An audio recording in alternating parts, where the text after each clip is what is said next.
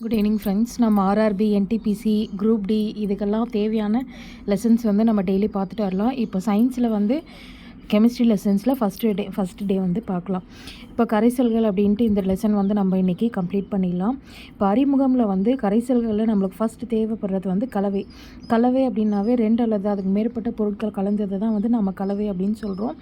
இதில் வந்து 1 இல்லைன்னா அதுக்கு மேற்பட்ட இயற்பியல் நிலையில் இருக்கும் அப்படின்னு சொல்லலாம். இப்போ மரக்கட்டி எரிக்கும் போது வந்து நம்மளுக்கு கலவையாக என்ன கிடைக்குது அப்படின்னு சொன்னால் கார்பன் டை ஆக்சைடு, திட கார்பன் மோனாக்சைடு போல் சில வாயுக்கள் வந்து கிடைக்கிது. இதெல்லாம் வந்து நம்ம கலவை அப்படின்னு சொல்லலாம். இப்போ இதில் வந்து பார்த்தோன்னா உப்பு நீர் கலந்த ஒரு படித்தானே. இப்போ நம்ம உப்பு கூட தண்ணி கூட உப்பு இது ரெண்டுத்தையும் நம்ம மிக்ஸ் பண்ணுறோம். அடுத்து மணல் கூட நீர் இது ரெண்டுத்தையும் நம்ம மிக்ஸ் பண்ணுறோம். இப்போ இது பார்த்தோன்னா உப்பு ப்ளஸ் நீர் வந்து நம்மளுக்கு ஒரு படித்தான கலவை, மணல் ப்ளஸ் நீர் வந்து பலப்படித்தான கலவையாக நம்மளுக்கு வருது. எப்படி ஒரு படித்தான கலவை பலப்படித்தான கலவைன்றது நம்ம பார்த்துட்டே வரலாம்.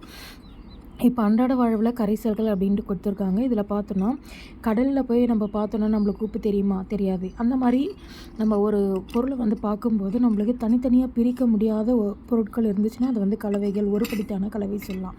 இப்போ காற்று அப்புறம் ஒரு கரைசல்.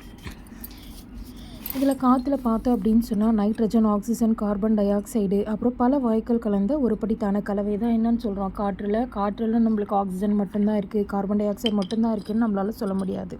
அதனால் காற்று வந்து ஒரு படித்தான கலவை அப்படின்னு சொல்லலாம். அடுத்து பார்த்தோம் அப்படின்னு சொன்னால் தாவரங்கள் வந்து தங்களுக்கு தேவையான ஊட்டச்சத்துக்களை வந்து மண்ணில் கரைசல் அப்படின்ற நிலையிலேருந்து தான் எடுத்துக்குது. அதே போல் நம்ம உடலில் வந்து இருக்கக்கூடிய ரத்தம், நிணநீர், சிறுநீர் இது எல்லாமே கரைசல் தான். இப்போ நம்ம ரத்தத்தில் பார்த்தோன்னா நிறைய வெரைட்டிஸ் இருக்கு இல்லையா? ஆர்பிசி, டபிள்யூபிசி அப்புறம் நிறைய நிணநீர் இதெல்லாமும் வந்து கலவைகள் அப்படின்னு சொல்கிறாங்க. இப்போ அடுத்து பார்த்தோம் அப்படின்னு சொன்னால் துவைத்தல், சமைத்தல், தூய்மைப்படுத்தல் இந்த மாதிரி நீரோடு இணைந்த கரைசல்கள். நம்ம தண்ணியில் மிக்ஸ் பண்ணி செய்கிறது எல்லாமே நீரோடு இணைந்த கரைசல்கள்னு சொல்கிறோம். இப்போ நம்ம தண்ணி கூட சர்க்கரை, ஜூஸ், லெமன் ஜூஸ் இந்த மாதிரிலாம் ஆட் பண்ணுறது இதெல்லாமும் வந்து கரைசல்கள் அப்படின்னு சொல்கிறாங்க. அடுத்து பார்த்தோம்னா கரைசலில் இருக்கக்கூடிய கூறுகள் 2 அல்லது அதற்கு மேற்பட்ட பொருட்கள் கொண்ட ஒரு படித்தான கலவையை தான் வந்து என்ன சொல்கிறாங்க அப்படின்னா கரைசல்னு சொல்கிறாங்க. ஒரு கரைசல் அப்படின்னு எடுத்துட்டோன்னா அதில் பார்த்தோம் அப்படின்னா கரைப்பொருள் இருக்கணும், கரைப்பான் இருக்கணும், கரைசல் இருக்கும். இப்போது கரைப்பொருள், கரைப்பான் இது ரெண்டுத்தையும் நம்ம மிக்ஸ் பண்ணோம்னா நம்மளுக்கு கிடைக்கிறது தான் வந்து கரைசல்கள். ஓகேங்களா? இப்போ இதில் வந்து பார்த்தோம் அப்படின்னு சொன்னால் அடுத்து ஒரு கரைப்பொருள் வந்து ஒரு கரைப்பொருள், ஒரு கரைப்பான் இது ரெண்டுத்தையும் சேர்ந்தது தான் வந்து கரைசல் அப்படின்ட்டு சொல்கிறோம் நம்ம. ஓகேங்களா? அடுத்து வந்து பார்த்தோம் அப்படின்னா இருமடி கரைசல் அப்படின்னு சொல்லி எடுத்துட்டோம்னா ஒரு கரைப்பொருள் இருக்கும், ஒரு கரைப்பானையும் இருக்கும். இது வந்து தனித்தனியாக இருக்கும். இதை தான் வந்து நம்மளுக்கு இருமடி கரைசல்கள் அப்படின்னு சொல்கிறாங்க. தனித்தனியாக மீன்ஸ் ரெண்டுமே மிக்ஸ் ஆகாமல் தனியாக இருக்கிறது தான். இதில் வந்து எக்ஸாம்பிள் வந்து நம்மளுக்கு என்ன கொடுத்துருக்காங்கன்னா காப்பர் சல்ஃபேட் கூட தண்ணி நம்ம ஆட் பண்ணும்போது காப்பர் சல்ஃபேட் தனியாக தெரியுது, தண்ணியும் நம்மளுக்கு தெரியுது. அப்போ இது வந்து 2ஆக தெரியும் போது இருமடி கரைசல் அப்படின்னு சொல்கிறோம். அடுத்து கரைசல்களின் வகைகள். இப்போ இதில் வந்து நம்ம என்ன பண்ணலாம்னா கரைசலினுடைய வகையை வந்து இயற்பியல் தன்மையினுடைய அடிப்படையை வந்து நம்ம பிரிக்கலாம்.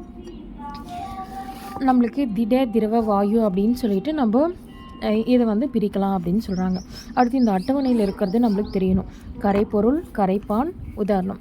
இப்போ இந்த நம்ம கரைப்பொருள் அப்படின்னு சொன்னால் நம்ம வந்து ஒரு சர்க்கரை எடுத்துக்கலாம்.